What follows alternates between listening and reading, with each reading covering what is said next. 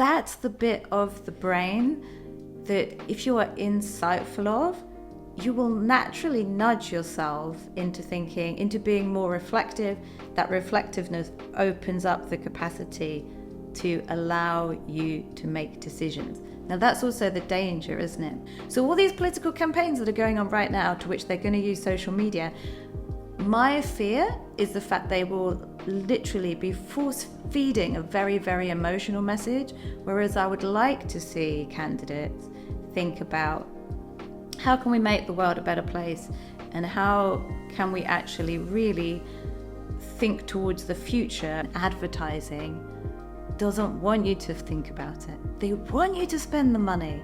They want you to be emotionally aligned with them, force feeding you misinformation, disinformation. Quite frankly, just like eating junk food, it's not healthy and it ends up in a bad result. I doubt on your deathbed you would really say the one thing I missed in life is doom scrolling on social media. All of this, these lights and these things, these little knobs that I can turn, and this data on the screen is just giving me the illusion of control. But only when we listen back, we're going to find out as to how much control I actually had. And maybe that's like a weird sort of metaphor for life, that it's in retrospect that you kind of really get to see how well you managed it all relative to how well you thought you were managing it at the time.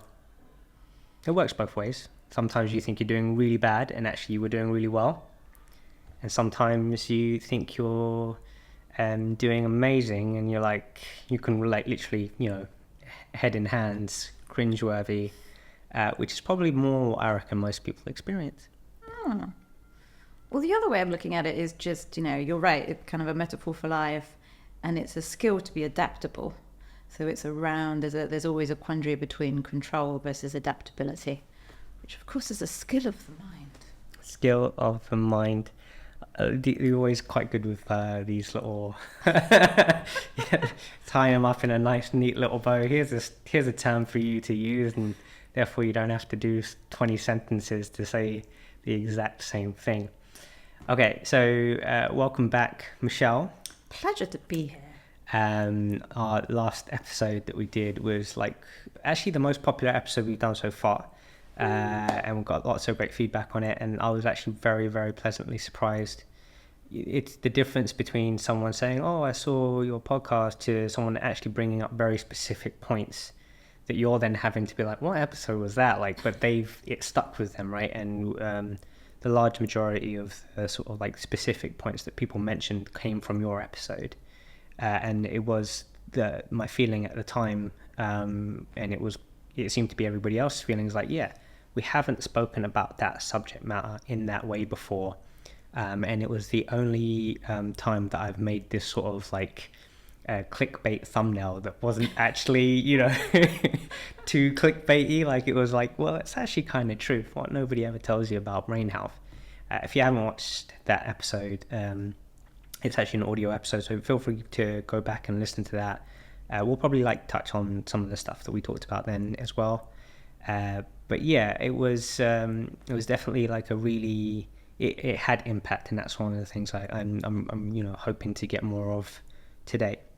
But yeah, I want to kind of continue this conversation around brains, around how we're learning a lot more about ourselves and brains, more so than ever before. Again, the social media, being the agent of, or almost that's a crazy thing to say. I'm about to say this. So once upon a time in religious contexts, you had these messiahs, and the messiahs' jobs were to spread the word of God. Now we have social media, and social media is acting as a gateway to messages that we may not have necessarily received in our households, in our small little towns, in our industries. And so you've now got anyone and everyone talking about ADHD, autism, attachment styles, trauma, childhood, all of these kind of things, and they're kind of like finding the messages are resonating, and they're kind of like attaching themselves to it, and as a result, no doubt, I can imagine that the structure of our brain is now being changed as a result. But again, I'm saying that with no real due diligence. So I want to ask that question to you. Do you think our brains are changing more so now than ever before because of the amount of information that we receive? So it's a great question, and a question I think that I'd like to engage everybody here with. So I know that I'm coming along doing at least a monthly on the show, and so click below for subscribing. Let's do the clickbait first, right? So let's break that down. So number one, you said we now have access to more information than ever before. Mm-hmm. Totally true. Whether or not it was a religious speaker or a local speaker, we've now got access to globalized terminology, which could be of great benefit, particularly if we know how to use it in an effective way. Now, the next question you asked is, how is that impacting our minds, our thoughts, and our brain development? Well, one thing we know is that just like our own physical bodies, we can always adapt and change them. And just with our own minds, we can adapt and change them. Just that because our brain is like inside of, inside bone, and then it even had like a blood-brain barrier from the blood, it's actually much more difficult to experiment and to know. So these things just take time, and research hasn't really caught up with the speed and the race that we've currently got with things like social media. So there's certainly some evidence to say that what you feed your mind, you connect your mind. And so in some ways, it's becoming a responsibility for society, for governments, for the world, to start thinking, if we want happy, healthy heads, which is kind of one of my pet topics, right? I want people to think in a healthy way. I want them to be engaged in thought that helps them. And to do that, it means that if you've got these algorithms and this news media in this feed that's force feeding you something which you may or may not want, but even though it's like a diet, right? If you just eat one thing, it's not healthy. And the issue that we have with algorithms that is that once you pick up on one thing, it often feeds you more and more and more and more and more of it until it's not healthy. So it's the same as food. If you just eat one thing, you don't have a balanced diet. And if we're just thinking about one thing and sort of doom scrolling, for want of a better word, it's probably connecting our mind in a way which, we need more academic research on it. But from first principles, it makes sense that we probably need to be a bit more mindful about what we're feeding ourselves in terms of social media, what we read, what we think about, and how we think about it.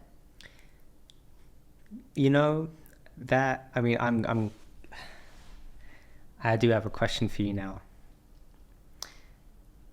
Based on what you've just said there, the term social media diet comes to play, right? Yeah. That's kind of what we're describing here, is what you're feeding yourself, i.e. the information that you're getting from your handheld device, and maybe in the future your headset. Or maybe like even a chip that's inside of you. We just don't know yet. Daunting thought. What is your social media consumption?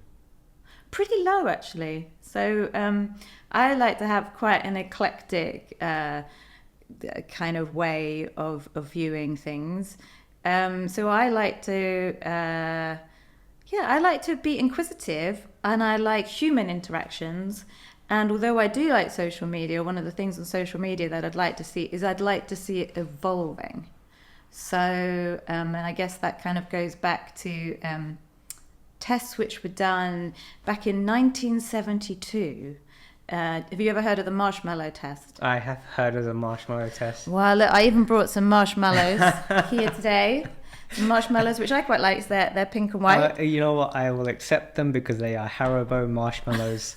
And anybody listening so far will know that I do like Haribos. Well, we're actually here to say no, I'm afraid, to these Haribo marshmallows. Okay. So they're here, they're on the table, we have a whole bowl of them.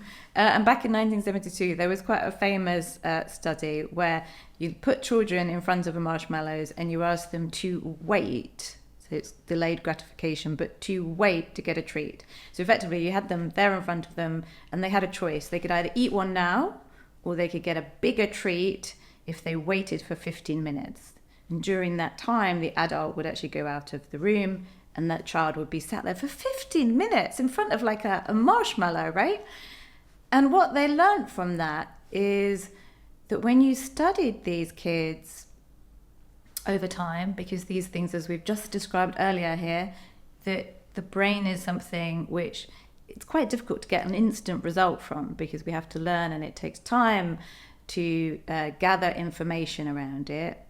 But when you followed these children over 30, 40 years, you found that the children that actually waited for a treat, I didn't just grab the marshmallow all at once, which we're all tempted to do, right? Mm.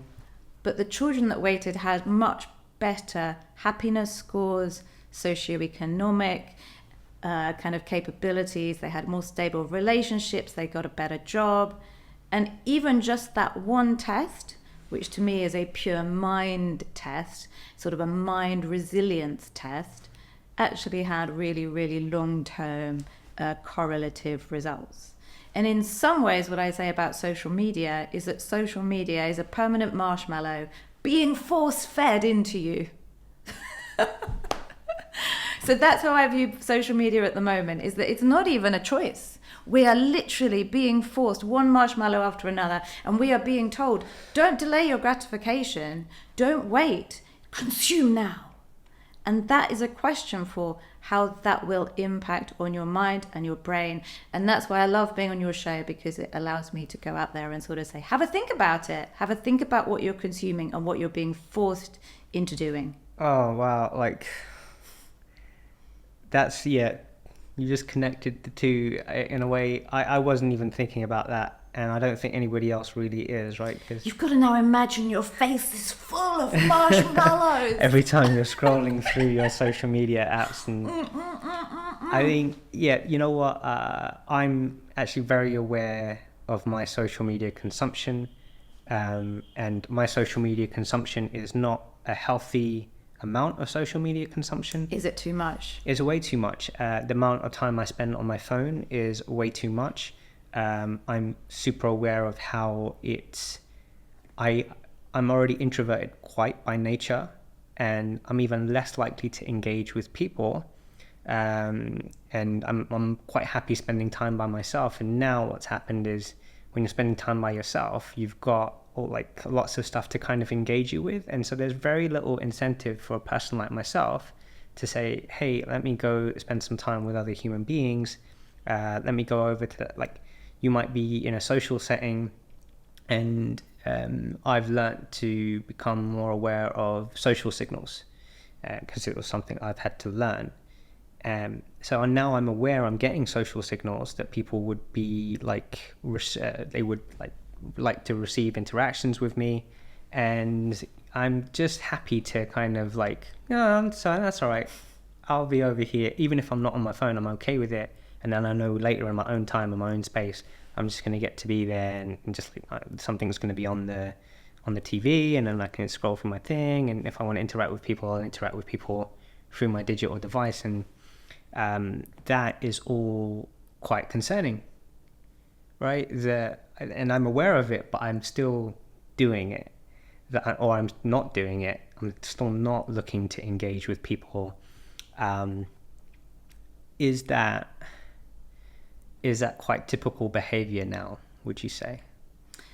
So that's where the evidence currently shows that, well, the insight is primarily if you have insight into your behavior and you're being reflective about it. That in itself is a skill, and a skill that we should encourage each other to do. Um, so even if you've not yet worked out if there's a behavior you want to change, at least you've recognized it. And actually, that's something which in itself is a hard thing to do.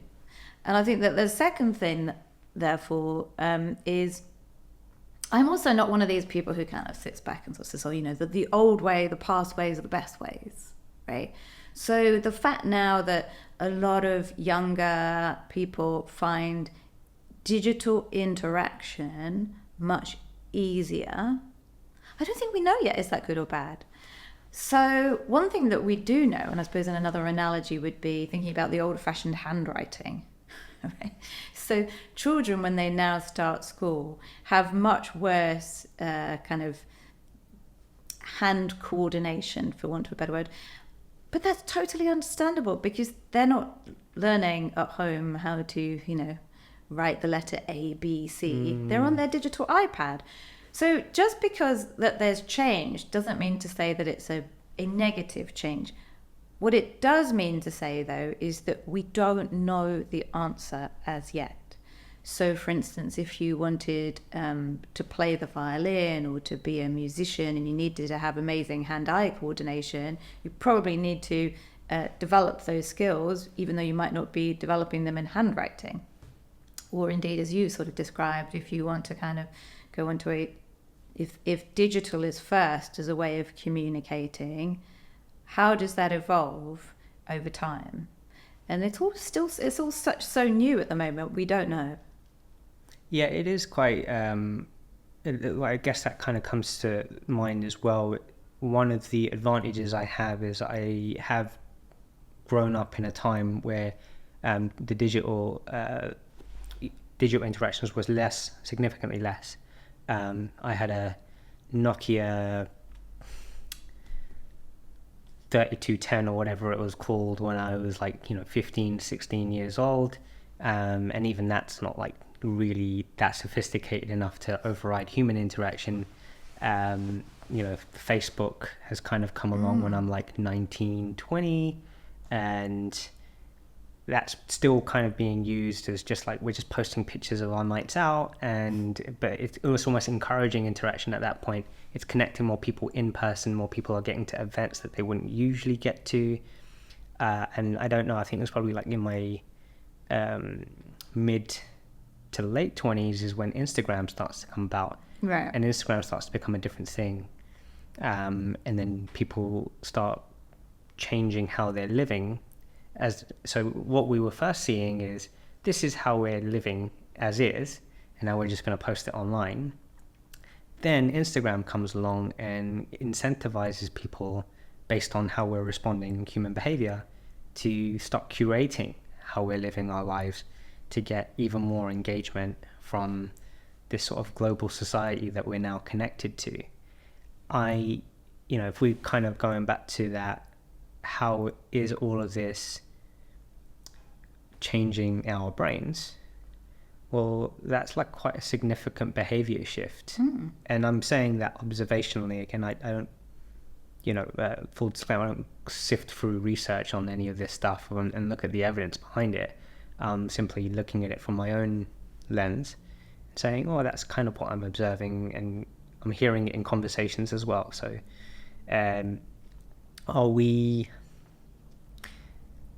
you're right, not enough time has passed for us to really know the ramifications of this. What would your prediction be? My prediction would be now is the time for us to be insightful and to think forwards. So it really could fork in the road. And in some ways, we've already had the book, was it 1984 or something back in the day? George Orwell. Exactly, yeah. Amazing, right? What a mind that predicted one fork in the road. One fork in the road that I think that when most people have read that book, kind of, the machine's controlling you, which some people might want. That wouldn't be my desire for humankind, for mankind. So I would hope for the other fork in the road, but to get and to push that fork in the road, it's great that, you know, we're starting to think about it. And what we do know, I suppose, is twofold. First up is that when you take something like Facebook, which now most people are not using, but you take something like Facebook Meta, there was a research trial which did show that when people's feeds were biased towards negative stories, their mood dropped. And when there was another set of people whose feed was biased towards positive stories, their mood elevated. So we know that digital has an impact on our mood and on our mind, because one, you know, we are what we think, right? Our mind determines our feelings. So we know that for a fact. And what we seem to have done is escalated and elevated and speeded up the way that we now almost are in lots of little microcosms, and we are forgetting to see the bigger picture. And I would like us to sort of think as a society, and it's a political question as well, to start thinking, how do we encourage social media, digital media, to help us think in a more critical thinking and critical analysis than just actually being, going to refer back to just being force-fed a marshmallow and ultimately feeling sick. So that's the way that I would hope the future is going to go. But to do that, we do need to start pushing artificial intelligence and people who are in charge of these things, including governments, to think about it. So I'm actually going to take an example of 2024, of general elections and voting. Now, this year is a time when almost 50% of the global population are going to vote for the next government in their country. And yet we find that very few governments are even thinking about how to legislate for ramifications even in their own political campaigns. So if you was in charge of your own political campaign, in charge of your own social media brand, I'd like to think, and I think you would, because I've known you for a while, I think you would actually start taking ownership of it and thinking, actually, what happens if there's a deep fake put out about me? Because we know it can be done.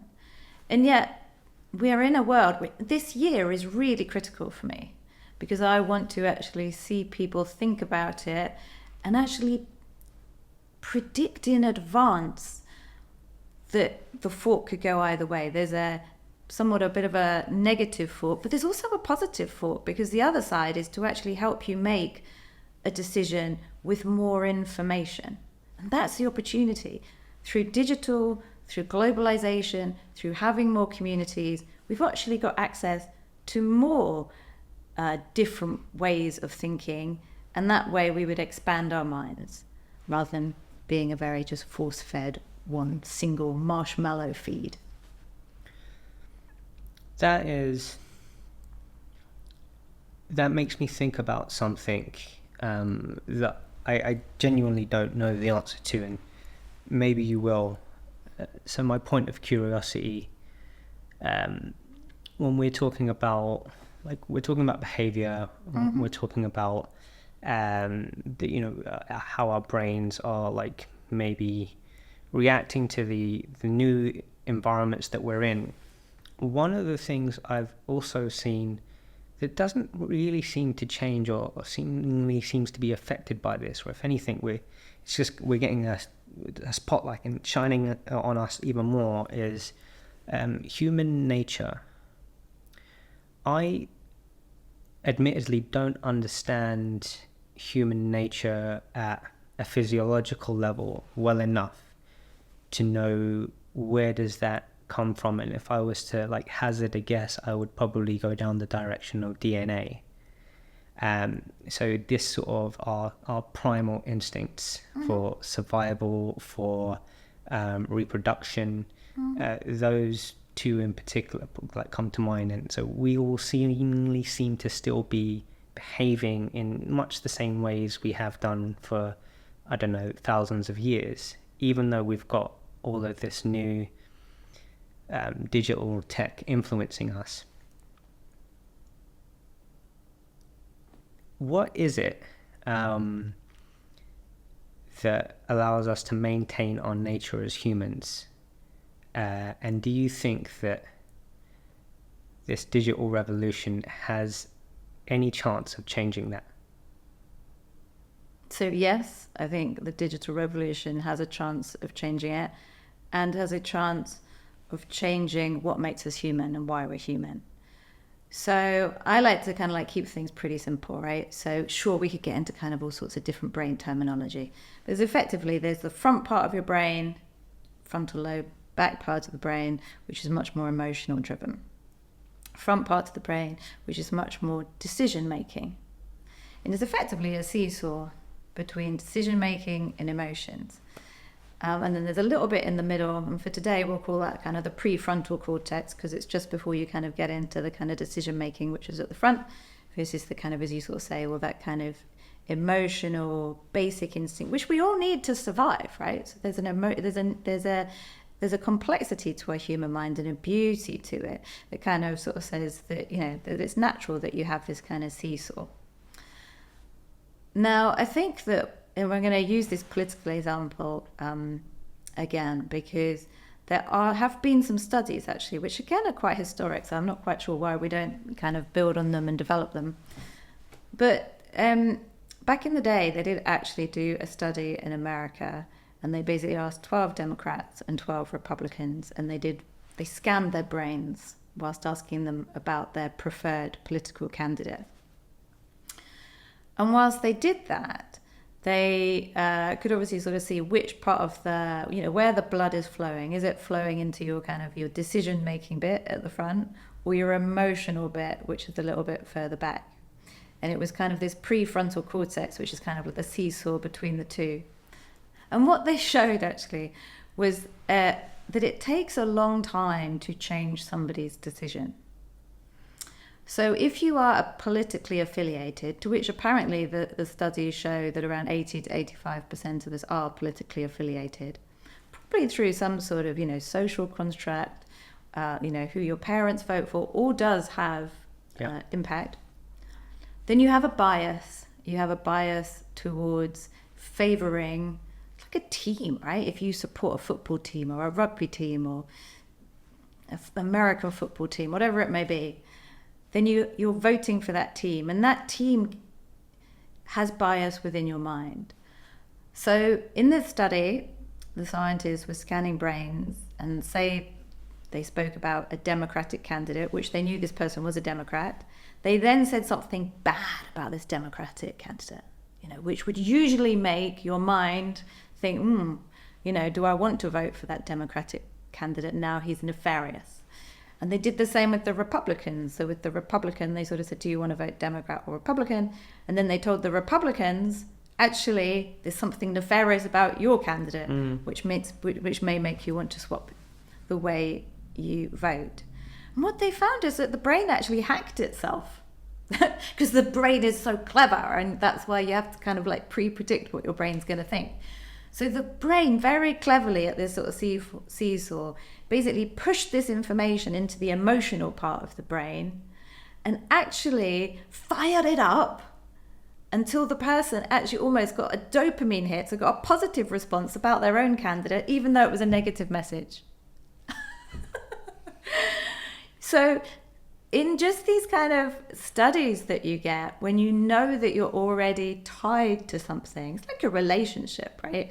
If you have a relationship with somebody, it can be really healthy and important sometimes to actually not just make one snap decision, right? Something is bad, then you should probably like stay with your team candidate. But when it's something in politics, that's where actually you need to start thinking, oh, where's my critical thinking? Which bit of the seesaw should I, you know, in some ways you want the seesaw to be moving up towards the frontal bit of your mind.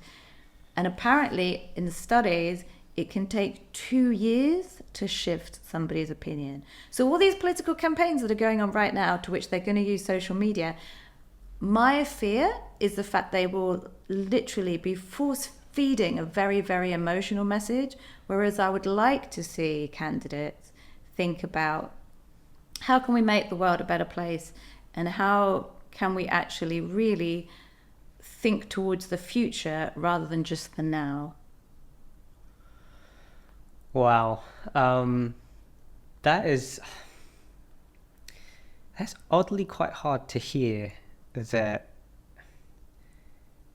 there are some things, and forgive me if I'm kind of like misrepresenting what you just said here, but there are some things that are so like programmed into us at the moment, and that even when presented with information that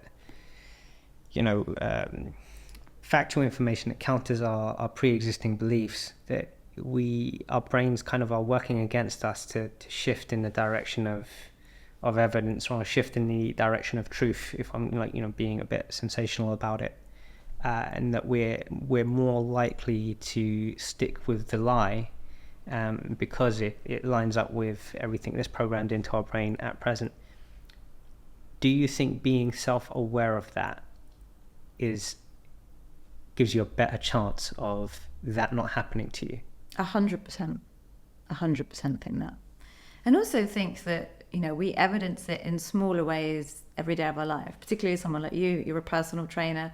You see that emotion and outcome often get in the way when you're doing training, physical exercise training. So it doesn't matter what you are doing in life, whether or not it's thinking about the marshmallow test or thinking about the way that you exercise. That's the bit of the brain that, if you are insightful of, you will naturally nudge yourself into thinking, into being more reflective. That reflectiveness opens up the capacity to allow you to make decisions. Now, that's also the danger, isn't it? Because political campaigns, or often social media and advertising, doesn't want you to think about it. They want you to spend the money. They want you to be emotionally aligned with them. And actually, that bit we could all get caught up in is an unhealthy way of thinking, and might not even lead to happiness. Whereas happy, healthy thinking starts with self-reflection. There's so many examples that are coming to my mind of like lots of different individuals that honestly I wish they thought in a different way. I wish they saw the world in a different way. I'm always open to the fact that I'm only ever dealing with probabilities, so I can be wrong at any given moment in time. But based on the probabilities that I understand, that a number of these individuals they've attached themselves to misinformation, and they're now making decisions that impact their life or the lives of others off of this information, and it's creating like negative outcomes, or at the very least not the best outcomes that they could be getting. And I'm not just talking about my field of like training, nutrition or whatever, but if we take a look at conspiracy theorists, and especially during COVID, that became a big thing. And I struggled with conspiracy theory because I am not a conspiracy theorist. The magical stories that painted the world in this really nefarious way didn't really appeal to me. And I naturally had a bit of a bias when I looked into it, to maybe looking at it from more of a perspective that these people that are buying into these theories have a psychological condition that's allowing them to believe it, as opposed to the theory actually being true. And of course, I'm sure there's some truth to some of them, because that's a probability in itself. I've actually stopped speaking to people that were very close to me once, because of how strongly they feel about these theories. And listening to all that there, it kind of like reinforces this idea that it would be very difficult. like I struggle sometimes even just to get certain training and nutrition ideas across to clients, and I've had to become very accepting of the fact that that is what you think, and I've given you the information on my part, but that's what you're going to maintain your belief in for the time being. It doesn't seem to be getting in the way of me doing my job, fair enough. But with people in my personal life, for example, believing certain things, getting really like, you know, passionate about it and wound up and agitated and aggravated to a point where you can't actually have a nice, enjoyable time with them anymore. To hear this, that it's just very difficult now to get that person to like shift and reverse and undo their ways of thinking. Is there, would you say, an age thing to it as well? So somebody past a certain age is less likely to break free from some ideas, and whereas somebody maybe at a younger age is still quite malleable to change. There's a lot to unpack there. Sorry, you know, I'm all in my emotions now at the back of my head, right? So yeah, well, you're also in the front bit as well, because you're thinking about it in a way which is also how do you impact evolution of thought. Now, evolution of thought doesn't mean to sort of say that I want everybody to think in the same way. Not at all. So I think that the fact that there's eclectic views out there, I think is beautiful, because otherwise the world would be a very boring place. I think that the challenge would become, you know, when you mentioned COVID there, and I'm going to talk about vaccinations just very briefly, because that's one which really went viral. And the World Health Authority has now put lack of vaccination as one of the top 10 killers in the world. Right. So I think that there's, and you described it nicely as magical thinking, right? If you think you can magically live in a world where you're relying on everybody else to have a vaccination so you don't need to, there's probably a little bit selfishness in there, a little bit of the selfish gene. And also it's not working because, of course, you need to have a vast population to be immunized if you're to get rid of something like measles or other things. So I think that's a world where I think is back in, you know, healthcare days, we've regressed rather than progressed, which is odd, right? Because we've got more scientific knowledge, but less people are willing to partake in it. Now, that doesn't mean to sort of say that, you know, it's not right to have lots of different views out there. And indeed, it should always be encouraged that we should always be pushing the boundaries of science and questioning, right? But there's a difference between questioning and then just emotionally getting caught up in a conspiracy theory. And those two things, perhaps, in the world of social media have not as yet been disaggregated. Bit like the fork in the road, right? You can use it for good, progression, for thought, for critical thinking. Please be critical, right? One of the beautiful things about scientific journals that you do get a bit beaten up every time you submit one, because everyone's going to sort of say, prove it, why, how, right? So you've got to have a really high bar before it ever gets into a decent publication, and then even then it has to be replicated. So things take time. So there's that fork to go down, or there's the other one, which is just force feeding you misinformation, disinformation. Quite frankly, just like eating junk food, it's not healthy and it ends up in a bad result. And I know that something that I've always admired about you is the fact you're very focused on a positive outcome for others. And that, I think, is a very beautiful way to live. I'm not actually going to weirdly disagree with what you just said. I wanted to, I don't know why. But that's factually true in this case. Yeah, I mean,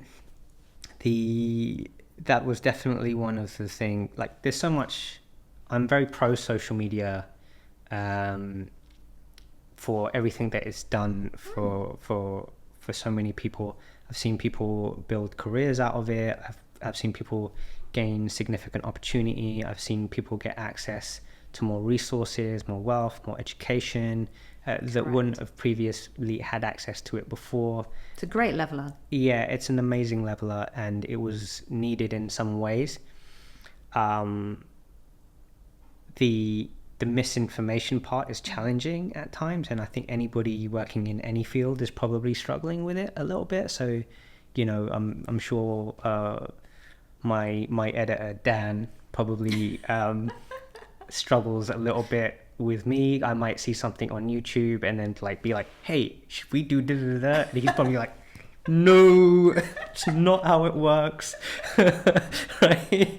Like, but I don't know any better, right? I'm just literally seeing something that's been packaged very well, story told, and it's very convincing. And whilst I'm not necessarily getting emotionally attached to it, it's obviously like information I'm like passing along, and then it's causing, probably an annoyance to some degree. And I get the same all the time, and I've had to learn how to manage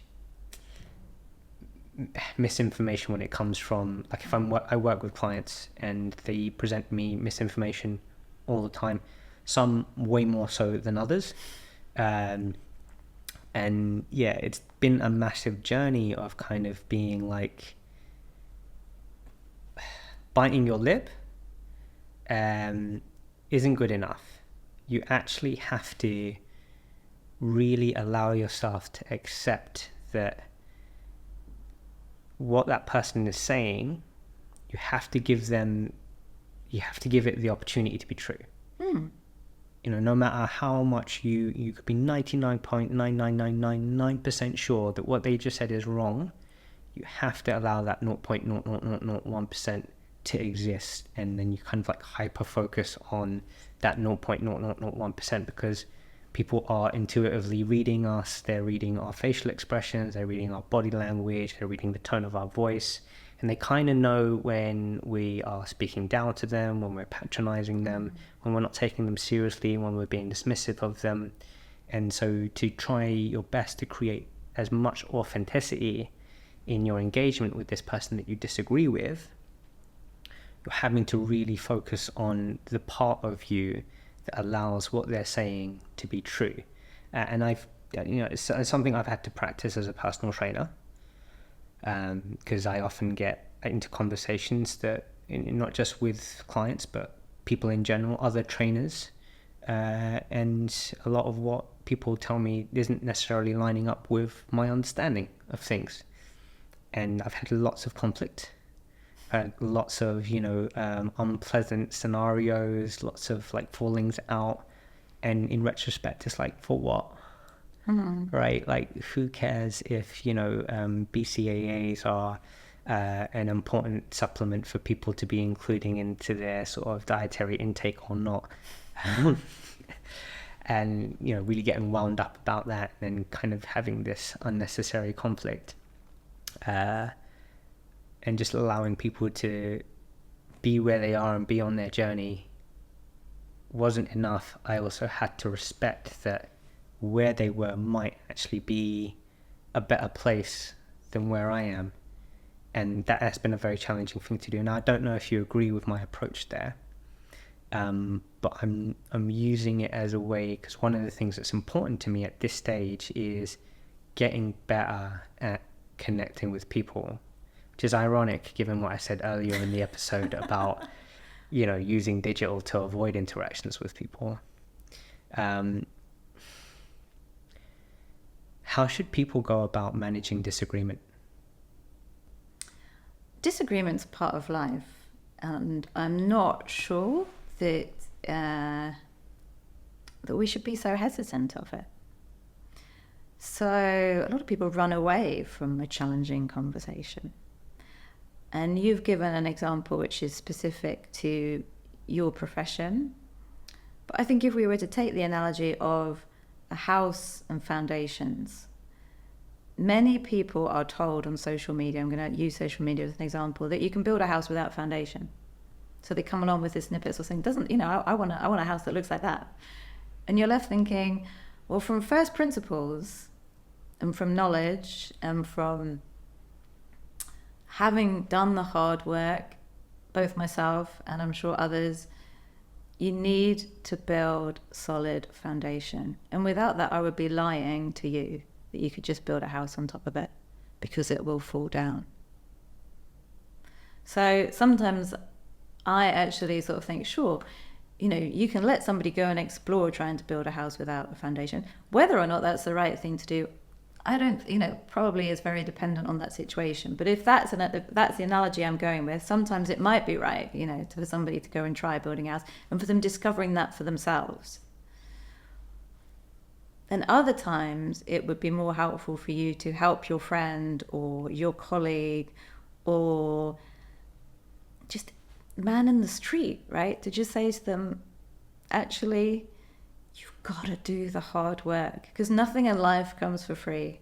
Nothing in life is easy. Nothing in life is easy that's sustainable. But I think that in modern world, often the younger generation haven't had to go through that pain to build the foundations in a way that I think that, old-fashioned ways of doing it, not that I'm sort of saying we need to be old-fashioned, we don't, we should move with the times, but there is something quite fundamental to us as humans that has to engage that thoughtfulness with that emotion, because the emotion will always want to hack you and to say, but I just want the easy option. And actually it's getting to the harder option that that actually gives you the outcome, that actually will give you the bigger biceps, or that will give you the results. And you cannot get there by cheating, but you can cheat yourself if you want to for a while. I guess I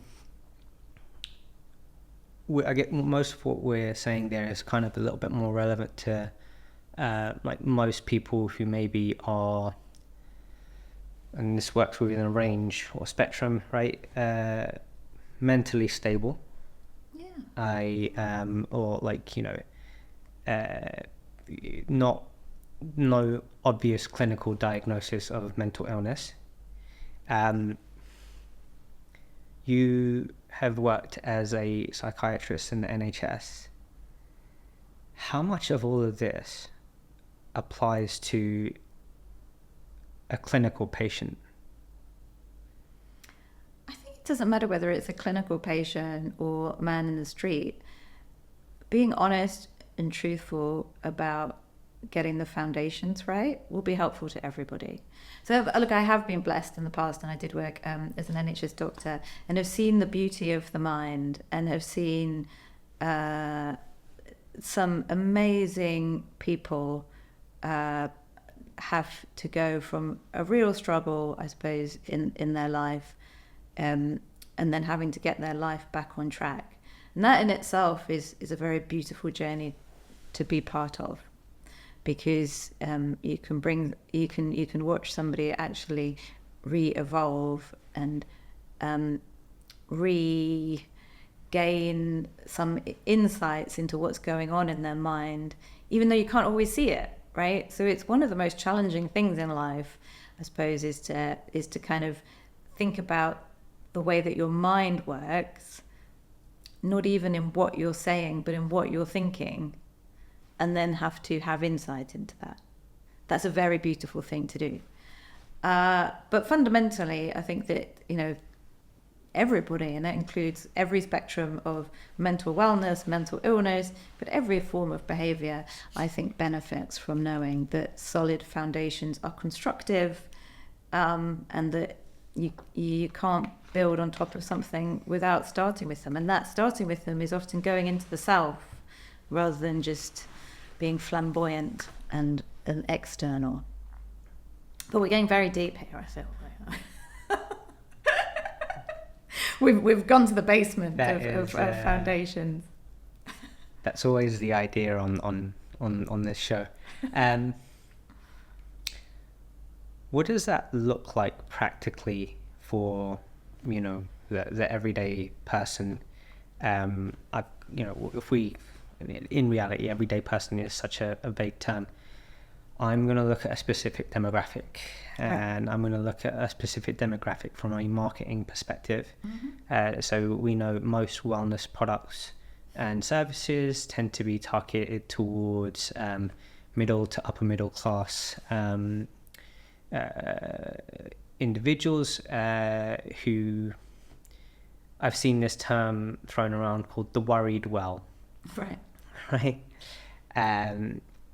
So they seem to take the most level of interest in, self-development, health, all this other kind of stuff, and probably because there's a whole bunch of, other foundations that they don't need to worry about anymore, right? For those individuals, what does building foundations practically look like, or where would you start if you were such a person? So you've kind of put the term out there, worried well, right? So if you are worried, I'm going to go back to my seesaw, right? You've got your analytical construct, and then you've got your emotional construct. And it could mean that your seesaw's a little bit out, because a worried well person is just immediately dipping into the emotion, which actually, quite frankly, they're a marketer's dream, right? Because the marketers are sort of saying, eat more marshmallows immediately. Oh, so off they go and do it. And they get a temporary relief of fullness or whatever. And that's their belief. Whereas actually, if they had the insight into the fact they were the worried well, and they actually then stopped, thought, looked around, investigated, sort of thought, questioned, and I think that's a big thing that we should do more, is question what our feed is saying. So what our social media feed is saying, and question things. Does it make sense? Then you'd probably find that the worried well, in a way, that's the initial nudge that will help them become well, because it makes them less worried. Because they can start thinking, oh, actually, I've thought about this, and there might not be enough evidence, but they might want to try it. And of course, the beauty now of things that we're starting to look at, because we're not just looking at ill health now in a research base, we are looking at well health and what keeps you well. So you have people like Brian Johnson who are out there looking at, very much that sort of wellness industry with his tagline, "Don't die." He started to develop a blueprint of evidence that is starting to use academic research to say what keeps you well. But that's very much building the foundations. And I think either him or anywhere in the world where you're looking at these wellness, longevity queries, quandaries, questions, I think it's a really exciting time to be alive, because we can look at them, but we also know it takes time to discover the outcome. Because Brian Johnson's actually younger than I am. So I think he's quite young, obviously. So therefore, it's going to take a long time for us to know, is what he's doing going to make the outcome of don't die? Will he live forever? My bet is nobody lives forever, but he's going to give it a good shot. Good on him. Yeah, well, it always poses the question of how long do you want to live? And, is living longer a good thing if you're suffering, right? So, I've certainly observed the family and the community that I've come from. A lot of the older people, the parents, including my ones, have basically passed away in the last few years. And in the years leading up to that, they were in considerable ill health. Some of them literally like bedbound in their living rooms for years on end, barely functioning, and the children basically being almost full-time carers, having to give up their jobs or like navigate it somehow. It's basically been years of suffering for most people involved, including, especially the parents. You can almost argue, wouldn't it have been better if obviously the best outcome is that they continue to live, and they continue to live in a way that they were able to function and live life and experience life and engage. But at that stage, you almost kind of ask yourself, if I'm that unwell, do I want to continue? And I have often thought about this, and I've thought probably because of human nature, that even in that situation, you still don't want to die. But on paper, the sort of logical part of me is saying, yeah, do I want to be living my life that way, where I probably couldn't even enjoy watching Netflix, right? Fair enough, I'm in bed, but like I don't have the mental capacity to focus on anything for that long. My energy level is severely dipped, and my body is in pain. I'm struggling to focus, or whatever it might be. And on top of that, like, maybe I'm feeling embarrassed by where I am, and like, this is not who I am. What happened to me? And then you're starting to maybe think about the end. How long does a person want to live? I don't know. End of life is something that, it's a very heavy topic, but okay, we're going to go down the end of life discussion. We obviously all wish and desire to be in a healthy mind and body state for as long as possible. And that's something where, I think some of the longevity sort of sides, so focusing much more on wellness rather than just illness, can be helpful to develop. So that's something that, it's an exciting time to be alive, right? Because we're trying to sort of say we are learning things which help you stay healthy for longer, not just help you age, because that goes back to what you were sort of saying. Sometimes you can age and just get older, but not be in a frame of body or mind that you would wish to be in. So the whole idea is we're trying to age in a more healthy way. But to do that, that's why it's important to start thinking about, that's why in some ways there are places out there, there are people out there that think, well, as long as you're walking 10,000 steps a day. The thing is, we don't know at the moment, right? That's the issue. So then you're left with this quandary of, death, discussing kind of end of life. And I think the priority thing that you look for when you're looking at terminal illness is to look back and to think, what have I done with my life? Have I made the world a better place for others to come into, and to be around ones that you love, and people that you care for? Because ultimately, I doubt on your deathbed you would really say the one thing I missed in life is doom scrolling on social media. It's probably quite unlikely.